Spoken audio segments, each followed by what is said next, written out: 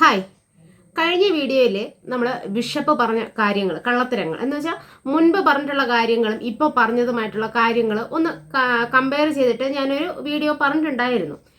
അപ്പോൾ എന്തുകൊണ്ടായിരിക്കാം ബിഷപ്പ് ഇങ്ങനെയുള്ള ആരോപണങ്ങൾ ഉന്നയിക്കുന്നത്? ഒരാളെ പൊക്കി പറഞ്ഞിട്ട് മറ്റൊരാളെ അടച്ചാക്ഷേപിക്കുന്ന തരത്തിൽ ഇങ്ങനത്തെ ഒരു വിഷയം പറയുന്നത് എന്ന തരത്തിൽ എല്ലാവരുടെ മനസ്സിലും തോന്നിയിട്ടുള്ള ഒരു കാര്യമാണ്. അപ്പോൾ ഒരു ചേച്ചി കഴിഞ്ഞ ദിവസം ബിഷപ്പിനെ വിളിച്ചിട്ടുണ്ടായിരുന്നു. തൃശ്ശൂരിൽ നിന്നാണെന്ന് തോന്നുന്നു, പ്രിയ എന്നാണ് ആ ചേച്ചിയുടെ പേര്. അപ്പോൾ ആ ചേച്ചി ബിഷപ്പിനെ വിളിച്ച ഒരു ഫോൺ സംഭാഷണം ഇപ്പൊ പുറത്തു വന്നിട്ടുണ്ട്. നമുക്ക് ആദ്യം അതൊന്ന് കേട്ടിട്ട് വരാം. എനിക്ക് അച്ഛനോട് ഭയങ്കര ബഹുമാനമാണ്.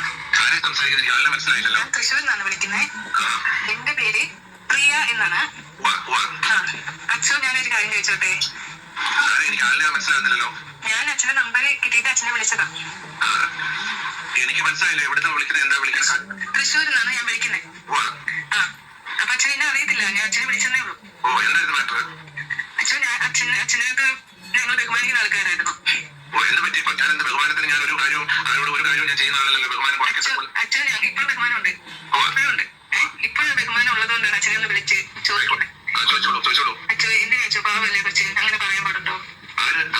അച്ഛന്റെ കാര്യമാണ് പറയുന്നത്. ഞാൻ രാഹുൽ ഗാന്ധിനെ പറ്റി മോശമായിട്ട് ഒരു കാര്യവും പറഞ്ഞിട്ടില്ല. പറയാൻ തുടങ്ങി കഴിഞ്ഞാൽ നിൽക്കാനൊക്കെ പറഞ്ഞു വരും. പക്ഷെ എനിക്ക് പറയാൻ ആവശ്യമില്ല. സോഷ്യൽ മീഡിയയിൽ ഇനി ആ കൊച്ചായി 11 വയസ്സ് തൊട്ട് 20 വയസ്സ്, ഓക്കെ, ആ ഒരു കാലഘട്ടത്തിൽ ചെയ്ത തെറ്റ് നമ്മൾ തിരുത്തി കൊടുക്കേണ്ട ഒരാളല്ലേ. ഇപ്പൊ തിരുത്തി ഞാൻ ചോദിച്ചത് ആ കുട്ടി ചെയ്ത തെറ്റ് എന്താണെന്നുള്ളത്. എനിക്ക് ഒരാളുടെ തെറ്റിനെ പറ്റിയല്ല ഞാൻ അവിടെ പറയാനായത്. ഇവിടെ വന്ന ഇപ്പൊ ഈ പോലീസ് സ്റ്റേഷനിൽ എൻക്വയറികൾക്ക് എനിക്ക് ഉത്തരം കൊടുക്കാനായിട്ട് വന്നിട്ടുണ്ട്. ഞാൻ സ്റ്റേറ്റ്മെന്റ് കൊടുക്കാനായിട്ട് വന്നിട്ടുണ്ട്. അപ്പൊ അതെന്ത് പറഞ്ഞ സിസ്റ്ററോട് എനിക്ക് ഫോണിൽ കൂടെ പറയാൻ ബുദ്ധിമുട്ടുണ്ടെന്ന് വിചാരിച്ചു. അത് പോലീസിനോട് കോൺഫിഡൻഷ്യൽ ആയിട്ട് വെച്ചിരിക്കുന്ന കാര്യങ്ങൾ എനിക്ക് പുറത്ത് പറയാൻ ഒക്കാത്ത ചില കാര്യങ്ങളുണ്ട് സിസ്റ്ററെ. ആയിക്കോട്ടെ അച്ഛോ, ആയിക്കോട്ടെ. ഇനി എന്ത് തെറ്റ് ചെയ്താലും, ഇനി എന്ത് തെറ്റും ആയിക്കോട്ടെ, നമ്മളത് അച്ഛൻ വിളിച്ച് സംസാരിച്ചവന് അറിയത്തില്ല. നമ്മളതിനെ വിളിക്കാൻ നമ്മളതിന് കാരണം അച്ഛനൊരു അമ്മയില്ലാത്ത ഒരു കൊച്ച്. ഞാനൊരു ഹിന്ദുവാണ്.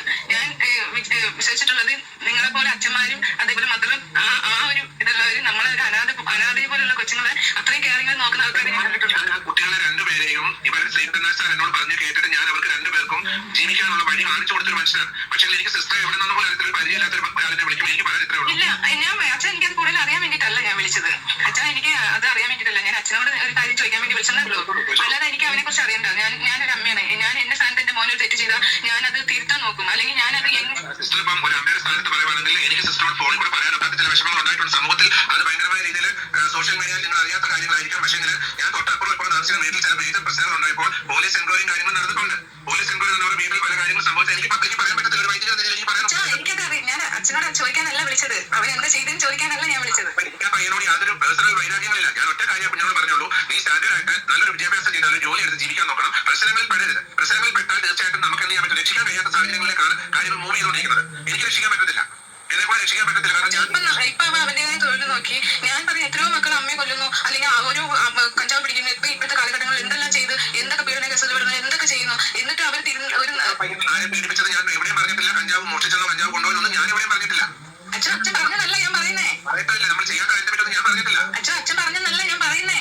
പിന്നെ എങ്ങനെ സിസ്റ്റർ അല്ല ഞാൻ പറയുന്നത് അങ്ങനെയുള്ള പിള്ളേരും നമ്മുടെ ഇവിടെ ഇപ്പോഴത്തെ സിറ്റുവേഷനിലുണ്ട്.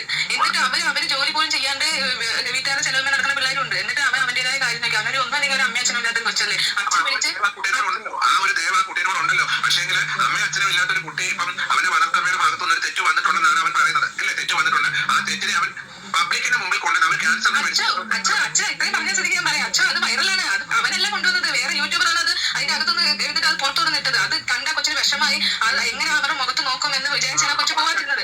ആ കാര്യങ്ങൾ അവരുടെ ഫാമിലി ഇഷ്യൂ ആകുമ്പോൾ അവരാണ് പുറത്ത് പറയുന്നത്. നോബൽ ഫിലിപ്പ് വിഷമല്ല അതിനെപ്പറ്റി പറയുന്നത്. അങ്ങനെ വ്യക്തമായ കാര്യങ്ങളിൽ കൂടുതൽ വിഷമമായ കാര്യങ്ങൾ ഇവിടെ നാട്ടിൽ പല കാര്യങ്ങളും ഉണ്ടായിട്ടുണ്ട്. അപ്പൊ ഇവിടെ രണ്ടു കൂട്ടരും അങ്ങോട്ടും ഇങ്ങോട്ടും ഇത് പല കാര്യങ്ങളും ഫാമിലി ഇഷ്യൂ. അച്ഛനെ ഇപ്പൊ കണ്ടിട്ടുണ്ട്. അച്ഛനെ ഞാൻ കുറ്റം പറഞ്ഞ അച്ഛനെ ഒരിക്കലും കുറ്റം പറയാൻ അച്ഛൻ അറിയാൻ സംസാരിക്കാൻ ഇപ്പൊ എനിക്ക് മനസ്സിലായി. ഇപ്പൊ ഒരിക്കലും ഒരു കാര്യത്തിന് അവരെ കുറ്റം പറയാനോ ഒരു കാര്യത്തിനോ അവനെ എന്തെല്ലാം പറഞ്ഞിട്ട് പോലും ലാസ്റ്റ് വരെ അവൻ ഒന്നും പറയാണ്ട് ലാസ്റ്റ് ഒരു ചെറുക്കന്റെ വീഡിയോ എടുത്ത് എത്രയൊക്കെ ചെയ്തിട്ട് പോലും അവൻ പ്രതികരിച്ചില്ല. ആ ഒരു ചെറുക്കൻ ചെയ്തത് എനിക്കൊക്കെ സാഹചര്യങ്ങൾ ഉണ്ടാകുമെന്ന് സിസ്റ്റർ മനസ്സിലാക്കുന്നതായിട്ടുണ്ട്. സിസ്റ്റർ ഇപ്പൊ ലാസ്റ്റ് അച്ഛൻ പറഞ്ഞിരുന്നത് രേണുവിനെ കയറി പിടിച്ചെന്നാണോ പറയാൻ? ഞാൻ പറഞ്ഞില്ല. പറയാത്ത എഴുതാപ്പുറം വായിക്കണ്ട. എഴുതാപ്പുറം വായിക്കണം. ഞാൻ പറയുന്നത് ഇപ്പൊ പിന്നെ നമ്മൾ ചെയ്തോണ്ടിരിക്കുന്ന കാര്യത്തില് അവർ മോൻ കയറി പിടിച്ചില്ലെങ്കിലേ ഇനി ഒരു അത്ഭുതമുള്ളൂ. എനിക്കറിയത്തില്ല സിസ്റ്റർ. ഞാൻ കാണാത്ത കാര്യങ്ങൾ ഞാൻ പറയും. പിന്നെ എന്താണ് അവൻ ചെയ്തത്? പിന്നെ അവൻ എന്താണ് ഇത്രയും വലിയ തെറ്റിയെന്ന് അറിയുന്നില്ല. വീട്ടിലോട്ട് ഫോൺ വിളിച്ച് ചോദിച്ചില്ല. ഞാൻ അറിഞ്ഞ കാര്യങ്ങൾ പബ്ലിക്കിന് മുമ്പ് എനിക്ക് പറയാം. അച്ഛനെ പോലെ ഒരാൾ വന്നിട്ട് അച്ഛൻ ഇപ്പൊ ഞാനൊരു തെറ്റ് ചെയ്തു അല്ലെങ്കിൽ മറ്റുള്ള ഒരാൾ തെറ്റ് ചെയ്താൽ അച്ഛന്റെ മുന്നിൽ ഞങ്ങൾ രണ്ടാളും ഒരുപോലെ അച്ഛൻ വന്ന് ഞങ്ങൾ ഉപദേശിക്കണം. അച്ഛൻ ഇങ്ങനെ മക്കളെ ചെയ്യരുത്. കുട്ടിയുടെ ഭാഗത്ത് വന്ന തെറ്റുകൾ ഞാൻ എന്റെ മനസ്സിൽ 2 വർഷം കൊണ്ട് അറിഞ്ഞിട്ട് പോലും ഞാനത് സപ്പോർട്ട് ചെയ്യുന്ന യൂട്യൂബേഴ്സ് അവന് വേണ്ടിയിട്ട് സംസാരിച്ചിട്ട് എന്നെ വലിച്ചു കയറാൻ എറിഞ്ഞു കൊടുക്കുമ്പോൾ ഞാൻ ഇതിനെ സപ്പോർട്ട് ചെയ്ത് പറഞ്ഞു. അച്ഛനെ അവനൊന്നും വലിച്ചേറിയിട്ട് ആരാണ് ഇതൊക്കെ നുണ പറഞ്ഞിരുന്നത്? അച്ഛൻ വന്ന ശേഷം കൊണ്ട് അച്ഛനെ മകൻ രാഹുൽ ദാസ് വിശുദ്ധനാണെന്നും ഞാൻ അവനെ ടാർഗറ്റ് ചെയ്തെന്നും കോർണർ ചെയ്യുന്നെന്നും പറഞ്ഞ് കഴിഞ്ഞ 3-4 ദിവസം വീഡിയോസ് വന്നുകൊണ്ടിരിക്കുന്ന ആരും കാണുന്നില്ല. അല്ലേ അച്ഛന്റെ വീഡിയോ വന്നതിന് ശേഷം കൊണ്ട് അച്ഛനെ കുറിച്ച് സംസാരിച്ചില്ല. അതുവരെ അച്ഛനെ കുറിച്ച് ആരും സംസാരിച്ചിട്ടില്ല. കാര്യങ്ങളെല്ലാം ഇവരുടെ വീട്ടിൽ ഒരു ഇഷ്യൂ നടന്നിട്ടുണ്ടെന്നുള്ളത് പബ്ലിക് ഒരു വാർത്ത വന്നിട്ടുണ്ടായിരുന്നു. ആ വാർത്ത വന്നതിന് ശേഷമാണ് ഈ പോലീസ് കേസും കാര്യങ്ങളെല്ലാം ഇവിടെ വന്നേക്കുന്നത്. അപ്പൊ അത് പല കാര്യങ്ങളും പുറത്ത് പറയാനൊക്കെ ചില കാര്യങ്ങളായിരിക്കുമല്ലോ. അപ്പൊ അതുകൊണ്ട് ഇനിയിപ്പോ അവന്റെ പേരിൽ ഇത്രയും വലിയ കേസുണ്ട്, അവൻ പുറത്തിറങ്ങി നടക്കുമോ? എനിക്കതിനെപ്പറ്റി അറിയത്തില്ല. ഞാൻ പറയുന്ന അച്ഛൻ ഇത് കൂടുതൽ അച്ഛൻ അറിയത്തില്ല. അതാണ് കാര്യം. അച്ഛൻ അറിയത്തില്ല. എനിക്കതിനെപ്പറ്റി അറിയില്ല. ഞാൻ പോലീസ് എൻക്വയറി കാര്യങ്ങൾ പോലീസ് എന്നെ വിളിച്ചിരുന്നുണ്ട്. അപ്പൊ എനിക്കതിനെപ്പറ്റി അറിയത്തില്ല എന്ന് ഞാൻ പോലീസിനോട് പറഞ്ഞിട്ടുണ്ട്. ഞാൻ പറയട്ടെ അച്ഛൻ എന്തെങ്കിലും ആവട്ടെ എന്ത് വേണം ചെയ്ത് ഇനി ഒരു ഭാഗം അച്ഛന്റെ ഭാഗത്തുനിന്നുണ്ടായിരുന്നു. കാരണം എന്താ വെച്ചാൽ അച്ഛന്റെ ഭാഗത്തുനിന്നുണ്ടായെന്ന് പറഞ്ഞാൽ ഞാനൊരു അമ്മ ആയതുകൊണ്ട് അങ്ങനെ ഒരു മോനെ ഇട്ട് കൊടുക്കരുത്. അത്ര ഞാൻ പറയുന്നുള്ളൂ. ഞാനൊരു ഇന്റർവ്യൂ കൊടുത്തിട്ടുണ്ട്. ആ ഇന്റർവ്യൂ കണ്ടിട്ടുള്ളവർക്ക് മനസ്സിലായി ഞാൻ എനിക്ക് പറയാനുള്ള വേർഷൻസ് ഞാൻ പറഞ്ഞിട്ടുണ്ട്. ഇതാണ് തൃശ്ശൂരിൽ നിന്ന് വിളിച്ചിട്ടുള്ള പ്രിയ എന്ന് പറയുന്ന ആ ഒരു ചേച്ചി ഫാദറിനോട് അല്ലെങ്കിൽ ബിഷപ്പിനോട് പറഞ്ഞിട്ടുള്ളത്. നമുക്ക് സ്വാഭാവികമായിട്ടും നമ്മൾ ഓരോരുത്തരും പറയാൻ ആഗ്രഹിച്ചൊരു കാര്യം, അവർക്ക് വളരെ ഒരു നന്ദിയുണ്ട്. കാരണം ഇത്രയും അധികം അവരുടെ അടുത്ത് ബിഷപ്പിനെ വിളിച്ചൊന്ന് സംസാരിക്കാനായിട്ട് തോന്നിയല്ലോ. കാരണം ഇവർ വീണ്ടും പറയുന്നത് കിച്ചുവിന്റെ ഭാഗത്ത് എന്തോ ഒരു തെറ്റുണ്ട്, അതൊക്കെ ഒരു ചാനൽ പറഞ്ഞിട്ടുണ്ടെന്ന്. അത് ആ വീഡിയോ വന്നിട്ടുണ്ട്. ഓക്കെ, പക്ഷേ ഇത് ഇത്രയും വലിയ കുറ്റം ചെയ്ത ആൾക്കാരെ പോലും നല്ല രീതിക്ക്, എത്ര വലിയ മദ്യപാനി ആയിക്കോട്ടെ അല്ലെങ്കിൽ പെണ്ണുപിടി ആയിക്കോട്ടെ, എത്ര വലിയ വൃത്തികെട്ട മോശം സ്വഭാവമുള്ള ഒരു വ്യക്തി ആയിക്കോട്ടെ, ആ ഒരു വ്യക്തിയെ ഒരു വിശ്വാസി അല്ലെങ്കിൽ ഒരു പള്ളിപരമായി നിൽക്കുന്ന അച്ഛനെന്ന് പറയുന്നില്ല അല്ലെങ്കിൽ ബിഷപ്പെന്ന് പറയുന്നില്ല, ആരുമല്ല, ഒരു പള്ളിപരമായി നിൽക്കുന്ന ഒരാള് അയാളെ തിരിച്ചു കൊണ്ടുവരാനായിട്ടാണ് ശ്രമിക്കുന്നത്. നമ്മുടെ ദൈവവിശ്വാസവും അല്ലെങ്കിൽ ആ ഒരു നേർവഴിക്ക് നടത്തി നല്ല രീതിയിൽ അവനെ മുന്നോട്ട് കൊണ്ടുപോകണം എന്ന് ചിന്തിക്കുന്നതാണ് പല ആൾക്കാരും. പക്ഷേ ഈ അച്ഛൻ ആ മുൻപത്തെ കാര്യങ്ങൾ വെച്ചാണ് ഇപ്പോൾ സംസാരിക്കുന്നത്. എനിക്ക് ഈ സംസാരം കേട്ടപ്പോൾ എനിക്ക് അച്ഛൻ്റെ ഇൻ്റർവ്യൂസും ഞാൻ കണ്ടു. ഇതിന് ശേഷം വന്ന ഇൻ്റർവ്യൂ കഴിഞ്ഞ ദിവസം വന്നതല്ല, ഇപ്പോൾ ഈ അടുത്ത് കൊടുത്തിട്ടുള്ള ഇൻ്റർവ്യൂവും കണ്ടു. എനിക്ക് ഈ സംസാരമൊക്കെ കേൾക്കുമ്പോൾ ഈ പണ്ട് രേണുസുതി നമ്മളെ സംസാരിച്ച ഒരു ഇൻ്റർവ്യൂവിൽ അല്ലെങ്കിൽ പറയുന്ന കാര്യങ്ങളൊക്കെ ഇല്ലേ, എനിക്ക് ആ ഒരു ടൈപ്പ് പോലെയാണ് ഫീൽ ചെയ്തത്. കാരണം എങ്ങും തൊടാത്തുള്ള സംസാരവും വിഷയങ്ങളും ഒക്കെ അങ്ങനത്തെ ഒരു സംസാരം എനിക്ക് പെട്ടെന്ന് തോന്നിയത് രേണുസുതി സംസാരിക്കുന്നതാണോ എന്നാണ് എനിക്ക് എൻ്റെ മനസ്സിൽ ഫീൽ ചെയ്തത്. അത്രയ്ക്കും ഒരു എന്താ നമ്മളെ ചാടിക്കടിക്കും പോലത്തെ ഒരു സംസാരം, ആരെയും മൈൻഡ് ചെയ്യാത്ത കൂസലില്ലാത്ത ഒരു സംസാരമായിരുന്നു മുൻപ് രേണുസുതിക്ക് ഉണ്ടായിരുന്നത്. അപ്പൊ ആ ഒരു സംസാര രീതിയും കാര്യങ്ങളും അതിന് ആ നാടിന്റെ കുഴപ്പമാണോ എന്ന് അറിഞ്ഞുകൂടാ, അല്ലെങ്കിൽ ആ ഏരിയയിലുള്ള ആൾക്കാരുടെ കുഴപ്പമാണോ എന്ന് അറിഞ്ഞുകൂടാ. പക്ഷെ എന്തായാലും എനിക്ക് ആ ഒരു കാര്യം ഫീൽ ചെയ്തിട്ടുണ്ട്. പിന്നെ അച്ഛൻ ഇന്റർവ്യൂവിൽ വന്ന് പറഞ്ഞിട്ടുള്ളത് അവനൊരു ഒരു 2024 ക്രിസ്മസിന്റെ സെലിബ്രേഷന്റെ സമയത്ത് അവനും അവന്റെ ഫ്രണ്ട്സുമായിട്ട് അങ്ങോട്ടേക്ക് കോട്ടയത്തേക്ക് പോയിട്ടുണ്ടായിരുന്നു. അപ്പോൾ അവിടെ ഏതോ ഒരു സ്ഥലം പറഞ്ഞിട്ടുണ്ടായിരുന്നു, അവിടെ വെച്ച് അവനെ പോലീസ് പിടിച്ചിട്ടുണ്ടായിരുന്നു. അപ്പോൾ പോലീസ് സ്റ്റേഷനിൽ കൊണ്ടുപോയി തിരിച്ച് അവനെ ബൈക്ക് പിടിച്ചെടുത്തു. തിരിച്ചവൻ നടന്നാണ് വന്നത്. അപ്പോൾ അതിൻ്റെ കാര്യത്തെക്കുറിച്ചാണ് പറയുന്നത്. എന്തുകൊണ്ട് ബൈക്ക് ചെന്ന് വാങ്ങാൻ പോയില്ല, തിരിച്ച് ചെന്ന് വാങ്ങാൻ പോയില്ല? ഈ ഞങ്ങളുടെ നാട്ടിൽ വന്ന് നോക്കിയാൽ മതി, ഓരോ ദിവസവും ലൈസൻസ് ഇല്ലെന്ന് പറഞ്ഞ് അല്ലെങ്കിൽ ഓരോരോ വിഷയങ്ങൾ പറഞ്ഞ് അല്ലെങ്കിൽ കള്ളു കുടിച്ചെന്നോ അല്ലെങ്കിൽ സിഗ്നൽ തെറ്റിച്ചെന്നോ എന്തൊക്കെ കാരണങ്ങൾ പറഞ്ഞിട്ടാണ് അല്ലെങ്കിൽ എന്തൊക്കെ കാരണങ്ങൾ ചുമത്തിയാണ് ഓരോരോ വണ്ടികൾ കൊണ്ടുപോയി വയ്ക്കുന്നത്. ഇവിടെയൊക്കെ ഓരോ വണ്ടികൾ കാട് പിടിച്ചാണ് കിടക്കുന്നത്. ആ വണ്ടികൾ കാണുമ്പോൾ ഇതൊക്കെ എന്താ ആൾക്കാർ വന്ന് എടുക്കാത്തത്? അച്ഛൻ അതൊന്നും ചോദിക്കണ്ടേ? കിച്ചുവിൻ്റെ വണ്ടി എന്തുകൊണ്ട് തിരിച്ചെടുത്തില്ല എന്ന് മാത്രമാണ് അച്ഛൻ ചോദിക്കുന്നത്. ഇഷ്ടം പോലെ വണ്ടികളുണ്ട്, കാറായിക്കോട്ടെ, ബൈക്കുകളായിക്കോട്ടെ, ബസ്സുകളായിക്കോട്ടെ, JCB ആയിക്കോട്ടെ, സ്കൂട്ടികളായിക്കോട്ടെ, ഒരുപാട് വണ്ടികൾ പിടിച്ച് ഇട്ടിട്ടുണ്ട് ഓരോ സ്റ്റേഷനിലും സൈഡിലും. അപ്പോൾ ഇതൊന്നും പ്രശ്നമില്ല. കിച്ചു എന്താണ് വണ്ടി എടുക്കാത്തതാണ് പ്രശ്നം. ചിലപ്പോൾ അവൻ ആ വണ്ടി വേണ്ടായിരിക്കും, ഒന്നിയിൽ അവൻ വെള്ളം അടിച്ചിട്ട് വന്നായിരിക്കും, ഇല്ലെങ്കിൽ അതിൽ ചിലപ്പോൾ കഞ്ചാവോ എന്തെങ്കിലും ഒരു രീതി ഉണ്ടായിരിക്കും. ആ രണ്ട് കാര്യവും ഉണ്ടെങ്കിൽ ഉണ്ടായിക്കോട്ടെ. കാരണം ഇപ്പോഴത്തെ പിള്ളേർ ഇത് ഉപയോഗിക്കാത്തത് ആരുണ്ട്? എത്രയൊക്കെ ലഹരി മുക്തമാണ്, ലഹരി ഉപയോഗിക്കാറില്ല എന്നൊക്കെ പറയുമ്പോൾ ഇപ്പോൾ സുലഭമായിട്ടാണ് ലഹരിയൊക്കെ ഓരോരുത്തർക്കും കിട്ടുന്നത്, പലരെയും പിടിക്കുന്നുണ്ട്, അതെല്ലാം ഓക്കെയാണ്. പക്ഷെ ആ ഒരു വ്യക്തി അതിൽ നിന്ന് തിരുന്തി വന്നല്ലോ. അപ്പോൾ തിരുന്തി വരുമ്പോഴത്തേക്കും പിന്നെയും അത് വിട്ട് കുത്തി പറയേണ്ട ആവശ്യം എന്താണ്? അത് നിങ്ങൾക്ക് ചേർന്നൊരു പണിയല്ല. അത് ദൈവത്തിനോട് അത്രയധികം മുട്ടിപ്പായി പ്രാർത്ഥിക്കുന്നതും അല്ലെങ്കിൽ ദൈവിക വിശ്വാസത്തിൽ ഇത്രയധികം പ്രാർത്ഥനയിലും കാര്യങ്ങളിലൊക്കെ നിങ്ങൾ എന്ന് വെച്ചാൽ സാധാരണ മനുഷ്യരെക്കാളും നിങ്ങൾ കുറച്ചുകൂടെ ഒരു പ്രിവിലേജ് കൂടുതലാണല്ലോ ആ ഒരു കാര്യത്തിൽ. അപ്പോൾ അങ്ങനത്തെ ഒരു വ്യക്തികൾ ഇങ്ങനെ ഈ കുട്ടിക്കെതിരായിട്ട് വന്ന് സംസാരിക്കാൻ പാടില്ല. അത് എന്ത് കാരണം കൊണ്ടായാലും, ആര് പറഞ്ഞു തന്ന കാര്യങ്ങളോ അല്ലെങ്കിൽ വേറെ എന്തെങ്കിലും ഇതിനേക്കാളും വേറെ എന്തെങ്കിലും വിഷയം ഉണ്ടെങ്കിൽ അത് നിങ്ങൾ പറഞ്ഞു തീർക്കൂ. അല്ലെങ്കിൽ ഇപ്പോൾ പൊട്ടിക്കൂ എന്ന് പറഞ്ഞുകൊണ്ടിരിക്കാതെ അത് പറയാനുണ്ടെങ്കിൽ എന്തെങ്കിലും പറഞ്ഞു തീർക്കൂ. ഈ പറയാനുണ്ടെന്ന് പറയുന്ന ഈ ബിഷപ്പ് തന്നെ പറയും എനിക്ക് കൂടുതലായിട്ടൊന്നും അറിയില്ല, അറിയെങ്കിലല്ലേ എനിക്ക് പറയുന്നു. പിന്നെ എന്തിനാണ് നിങ്ങൾ പറയുന്നത്? അതല്ലേ ചോദിക്കുന്നത്, നിങ്ങൾ എന്തിനാണ് പിന്നെ പറയുന്നത്? നിങ്ങൾ ആദ്യം രേണുസുതിയെ കുറ്റം പറഞ്ഞു, രേണുസുതിയെ അങ്ങനെ ചെയ്യുന്നു ഇങ്ങനെ ചെയ്യുന്നു. നിങ്ങൾ തന്നെ ആരെയും യൂട്യൂബേഴ്സ് കാരണമാണ് എൻ്റെ അടുത്ത് വന്ന് ഓരോരോ കാര്യങ്ങൾ ചോദിക്കുന്നത് കൊണ്ടാണ് ഞാനിങ്ങനെ ശത്രുതയായി പോയത് രേണുവായിട്ട്. അല്ലാതെ എനിക്കും രേണുവും തമ്മിൽ യാതൊരുവിധ പ്രശ്നങ്ങളുമില്ല. നിങ്ങളാണ് ഓരോ യൂട്യൂബേഴ്സിനെയും വിളിച്ചിട്ട് അല്ലെങ്കിൽ വീഡിയോസ് അങ്ങോട്ട് അയച്ചു കൊടുക്കുക, അല്ലെങ്കിൽ ഇത് ട്രോളുക, അല്ലെങ്കിൽ അങ്ങനെ ചെയ്യുമോ ഇങ്ങനെ ചെയ്യുമോ എന്നൊക്കെ പറഞ്ഞ് ഞാൻ ഒരു വീഡിയോ ഞാൻ കുറച്ചു മുമ്പ് കണ്ടിരുന്നു. നിങ്ങൾ അങ്ങോട്ട് അങ്ങനത്തെ രീതിക്കൊക്കെ പറഞ്ഞിട്ടുണ്ട് എന്ന് പറയുന്ന ഒരു വീഡിയോ ഞാൻ കണ്ടിട്ടുണ്ടായിരുന്നു. അയാൾ ആ പേരൊന്നും ഞാൻ പറയുന്നില്ല. നിങ്ങൾ വാട്സപ്പ് ചെയ്തിട്ടുണ്ടായിരുന്നു ഇങ്ങനെയൊക്കെ പറയുന്നത് കേട്ടു ആ ഒരു വീഡിയോയിൽ.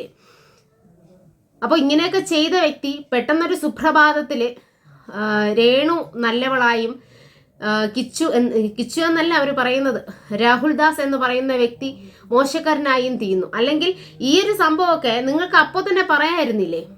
എന്തുകൊണ്ട് പറഞ്ഞില്ല? പറഞ്ഞില്ല. അപ്പോഴത്തെ സമയത്ത് രേണുസുതി മാത്രമായിരുന്നല്ലോ നിങ്ങൾ ടാർഗറ്റ്. എന്തുകൊണ്ട് അപ്പോൾ പറഞ്ഞില്ല? അല്ലെങ്കിൽ ആ സമയത്ത് പറയാതെ ഇപ്പോൾ ഈ നിമിഷം പറയേണ്ട കാര്യം എന്താണ്? അപ്പോൾ ഇപ്പോൾ പറയുന്ന കേട്ടോ, ഞാനത് വിശ്വസിച്ചിട്ടില്ല എന്നല്ല, എനിക്ക് ഉറപ്പായിട്ടില്ല. കിച്ചു ബിഗ് ബോസിലേക്ക് സെലക്ട് ആയി എന്നൊക്കെ പറയുന്നത് കേൾക്കുന്നു. ഒരുപക്ഷെ ആയിക്കോട്ടെ, ആ പയ്യന്റെ തലവര മാറുന്നെങ്കിൽ മാറിക്കോട്ടെ. അല്ല മാറിയില്ലെങ്കിൽ അത് അവരൊരു ജീവിക്കുന്ന രീതികളും കാര്യങ്ങളുമാണ്. അവനിപ്പോൾ ഒരുപാട് മാറ്റമുണ്ട്, അല്ലെങ്കിൽ നല്ലൊരു രീതിക്ക് ജീവിക്കുന്നു എന്നൊക്കെയാണ് കേൾക്കുന്നതും അറിയുന്നതും ഒക്കെ. അപ്പോൾ നിങ്ങൾ അന്നൊക്കെ രേണുസുതിയെ താഴ്ത്തി കെട്ടിയിട്ട് ബാക്കിയുള്ളവരെ സപ്പോർട്ട് ചെയ്ത രീതിക്കായിരുന്നു അന്ന് സംസാരിച്ചിട്ടുണ്ടായിരുന്നത്. പക്ഷെ ഇന്നിപ്പോൾ രേണുസുതി ക്യാൻസർ വന്നതോടെ രേണുസുതി നല്ലവളായും ബാക്കിയുള്ളവരൊക്കെ മോശക്കാരായി, യൂട്യൂബേഴ്സ് മോശക്കാരായി, കിച്ചു എന്ന് പറയുന്ന വ്യക്തി മോശക്കാരായി. ഈ ഒരു രീതിക്ക് ദയവേത് നിങ്ങൾ സംസാരിക്കരുത്. ഈ ഒരു വിഷയം നിങ്ങളെ അടുത്ത് അല്ലെങ്കിൽ രേണുസുതിയുടെ കുടുംബക്കാരോ അല്ലെങ്കിൽ രേണുസുതിയോ ആണ് നിങ്ങൾക്ക് പറഞ്ഞു തന്നിട്ടുണ്ടെങ്കിൽ അത് എത്ര ശതമാനം അല്ലെങ്കിൽ അത് എന്താണ് കാര്യമെന്നുള്ളത്, അത് എത്രത്തോളം വിശ്വാസയോഗ്യമാണെന്നുള്ളത് നിങ്ങൾ ആദ്യം ഒന്ന് ഉറപ്പുവരുത്തുക. അവർ പറയുന്ന പല കാര്യങ്ങളും പണ്ട് പറഞ്ഞിട്ടുള്ളത് നിങ്ങൾക്കറിയാവുന്നതാണ്. ഒന്ന് പറഞ്ഞ് രണ്ടാമത്തേന് മാറ്റി പറയുന്ന ആൾക്കാരാണ് അവിടെയുള്ള എല്ലാവരും. പിന്നെ ഈ ബൈക്ക് കൊടുത്തില്ല അല്ലെങ്കിൽ ബൈക്ക് എടുത്തില്ല, ബൈക്ക് എടുക്കാനായിട്ട് എന്തുകൊണ്ട് കിച്ചു ആ പോലീസ് സ്റ്റേഷനിലേക്ക് പോകുന്നില്ല എന്നൊക്കെ ചോദിക്കുന്നുണ്ട്. അവൻ ഇത്രയും വലിയൊരു കുറ്റം അല്ലെങ്കിൽ ഒരാളെ കൊലക്കുറ്റം ചെയ്തതാണെങ്കിൽ അവനിങ്ങനെ വെളിയിൽ ഇറങ്ങി നടക്കുവോ? എത്ര വലിയ കേസ് കെട്ടുണ്ടെങ്കിൽ അവൻ ഇത്ര, അല്ലെങ്കിൽ അവനെ പിടിക്കാൻ പറ്റാത്ത എന്തുകൊണ്ടാണ്? അവൻ എവിടെ ഉണ്ടെന്നും എവിടെ നിൽക്കുന്നുവെന്നും ഇപ്പോൾ എവിടെ നോക്കിയാലും അവന്റെ വീഡിയോസും കാണാം. അവൻ എവിടെ ഉണ്ടെന്നൊക്കെ രീതിക്ക് അവന് കൃത്യമായിട്ട് അറിയാം പോലീസുകാർക്ക്. എന്തുകൊണ്ട് അവനെ അറസ്റ്റ് ചെയ്തില്ല? പിന്നെ എന്തിനാണ് അവനെ ഇത്രയധികം മോശം പറയാനിരിക്കുന്നത്? അതുകൊണ്ട് ദയവേത് അതൊന്ന് ഒഴിവാക്കിയാൽ നന്നായിരിക്കും. നിങ്ങൾ മാറ്റി പറയുകയോ പറഞ്ഞത് തിരുത്തുകയോ എന്താ നിങ്ങൾ ചെയ്തോ. പിന്നെ പ്രത്യേകിച്ച് രേണുസുതിയെ നിങ്ങൾ പ്രാർത്ഥിക്കുന്നത് കൊണ്ടോ അല്ലെങ്കിൽ രേണുസുതിക്ക് വേണ്ടി നിങ്ങൾ സഹായം ചെയ്യുന്നത് കൊണ്ടോ ഇവിടെ ആർക്കും ഒന്നും സംഭവിക്കാൻ പോകുന്നില്ല. ഒരു ദൈവത്തിന്റെ അടുത്തിരിക്കുന്ന ഒരാൾക്ക് അല്ലെങ്കിൽ ദൈവിക പുരോഹിതൻ എന്ന് പറയുന്ന ഒരാൾക്ക് പ്രാർത്ഥനയും അവരോടത്ത് വരുന്നവരോട് മനസ്സലിവും ഒക്കെ തന്നെയാണ് വേണ്ടത്.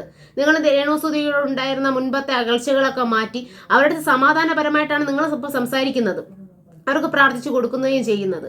പക്ഷേ ആ ഒരു പ്രാർത്ഥനയും കാര്യങ്ങളും ആരും മോശമായിട്ട് രീതിക്ക് പറയുന്നില്ല. ഈ ഒരു പയ്യനെ പറഞ്ഞത് കൊണ്ട് മാത്രമാണ് നിങ്ങൾക്കെതിരെ ഇപ്പോൾ എല്ലാവരും പറയുന്നത്. ഞാൻ അടക്കം പറയുന്നത് അതുകൊണ്ടാണ്. പിന്നെ രേണുസുതി എന്ന് പറയുന്ന വ്യക്തിയുടെ കാര്യം, രേണുസുതിക്ക് ഇവിടെ എന്തൊക്കെയോ സംഭവങ്ങളൊക്കെ വെച്ചിട്ടുണ്ട് കീമോ ചെയ്യുന്നതിന്റെ ഭാഗമായിട്ട്. അപ്പോൾ ഈ സാധനങ്ങൾ എടുത്തു വെച്ച് ഒരു രോഗാവസ്ഥയിൽ കിടക്കുന്ന ഒരു വ്യക്തി അവിടെ ഹോസ്പിറ്റലിൽ നിന്ന് അവർ ഫിക്സ് ചെയ്ത് വെച്ചിട്ടുള്ള സാധനത്തിലിട്ട് റീൽസ് ചെയ്യുക, അതിനെ തട്ടിക്കളിക്കുക എന്ന രീതിക്കാണ് അവർ ചെയ്യുന്നത്. എന്തിനാണ് ഇങ്ങനെയൊക്കെ ചെയ്യുന്നത്? നിങ്ങൾക്കുള്ള രോഗാവസ്ഥയുണ്ട്, അതെല്ലാവരും മാനിക്കുന്നുണ്ട്, അല്ലെങ്കിൽ അത് എല്ലാവരും മനസ്സിലാക്കുന്നുണ്ട്. ദയവിത് നിങ്ങളുടെ ഈ ഒരു രീതിയും സ്വഭാവങ്ങളൊക്കെ ഒന്ന് മാറ്റി വെക്കാനായിട്ട് ശ്രമിക്കുക. ഞാൻ ഇതിന് മുൻപത്തെ വീഡിയോയിൽ ഞാൻ പറഞ്ഞിട്ടുണ്ടായിരുന്നു, നിങ്ങളെ ഞാൻ വേറെ ആ രോഗാവസ്ഥ പരമായിട്ട് ഞാൻ പറയുന്നതല്ല, അല്ലാതെ നിങ്ങൾ കുറച്ചുകൂടെ ഒന്ന് വീഡിയോസ് ആയിരുന്നാലും ഇതൊക്കെ ചെയ്യുന്നതൊന്ന് നല്ലൊരു രീതിക്ക് ചെയ്യുക. മറ്റുള്ളവർക്ക് കാണുന്ന തരത്തിൽ, അല്ലെങ്കിൽ കാണുമ്പോൾ അവർക്കൊരു ഇഷ്ടപ്പെടണം, ആ ഒരു രീതിക്ക് ചെയ്യുക. അല്ലെങ്കിൽ സെന്റിമെന്റ്സ് വളർച്ചെടുക്കാനും, അല്ലെങ്കിൽ ഇങ്ങനത്തെ വൃത്തികെട്ടായിട്ടുള്ള റീൽസും അല്ലെങ്കിൽ ഷോർട്സും വീഡിയോസൊക്കെ ചെയ്യാതിരിക്കുക. പിന്നെ രേണുസുതി ഇങ്ങനത്തെയൊക്കെ കാണിക്കുന്നത് കൊണ്ട് ഒരാൾ മനുഷ്യാവകാശ കമ്മീഷന് പരാതി കൊടുത്തിട്ടുണ്ട്. ആ പരാതി ഞാൻ വായിച്ചു തരാം.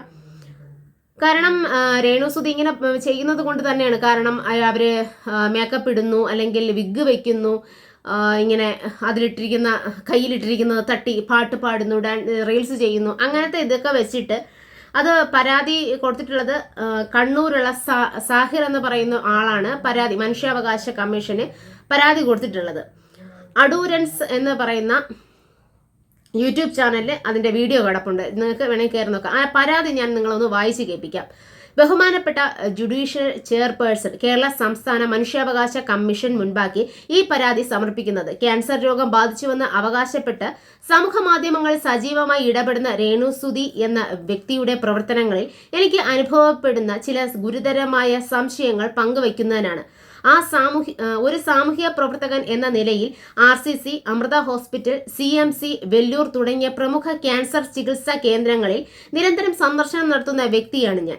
ക്യാൻസർ രോഗികൾ ചികിത്സാ ഘട്ടത്തിൽ ശാരീരികമായും മാനസികമായും അനുഭവിക്കുന്ന കഠിനമായ വേദന, കീമോതെറാപ്പി മൂലമുള്ള ശാരീരിക അവശതകൾ എന്നിവ ഞാൻ നേരിട്ട് കണ്ടിട്ടുള്ളതാണ്. എന്നാൽ പ്രസ്തുത വ്യക്തിയുടെ വീഡിയോകളിൽ കാണുന്ന പെരുമാറ്റ രീതികൾ ഇത്തരം ചികിത്സകൾക്ക് വിധേയമാകുന്ന രോഗികളുടേതായി ഒത്തുപോകുന്നില്ല എന്നൊക്കെ തരത്തിലാണ് ഈ ഒരു പരാതി ഞാൻ ഇവിടെ കൊടുത്തിരിക്കാം, വീഡിയോയിൽ ഇവിടെ കാണിച്ചിരിക്കാം.